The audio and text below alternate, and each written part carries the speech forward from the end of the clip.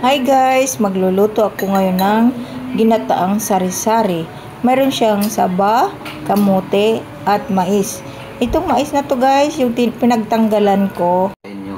Ito guys, yung pinagtanggalan ko ng mais. Pakukuluan ko yan. At ihalalagay ko dyan sa tubig na mainit.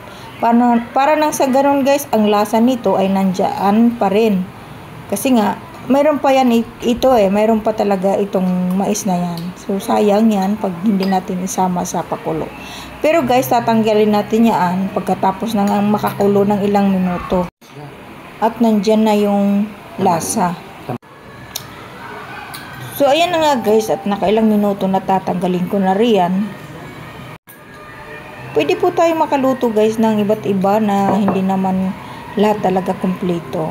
Ayan guys, nilagay ko na ang saba at kamote. Kasama na rin ang mais. At dyan na nga tatakpan lang hanggang sa maluto. At ayan, luto na nga yan. At nilagyan ko na ng maskubadong asukal. At halu-haluin lang ng ganyan guys. Kung may langka pa sana dito guys, pwede. Pero dahil wala akong langka, para mabango sana. Pero ang nilagay ko dito iba. At ayan na nga guys, binuhusan ko na ng gata.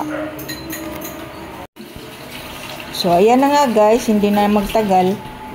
Halo-halo lang ng sandali. Ayan na guys. At dito guys, nilagyan ko ng kaunting pagpalapot guys. Optional lang ito guys, kung iyon ay gusto nyo lamang. Ito ay nilagyan ko, nag-try ako na medyo malapot. Nilagyan ko siya ng tapioca starch. At dito naman, may vanilla. Vanilla is pabango lang yan. Okay guys, thank you for watching. God bless us all.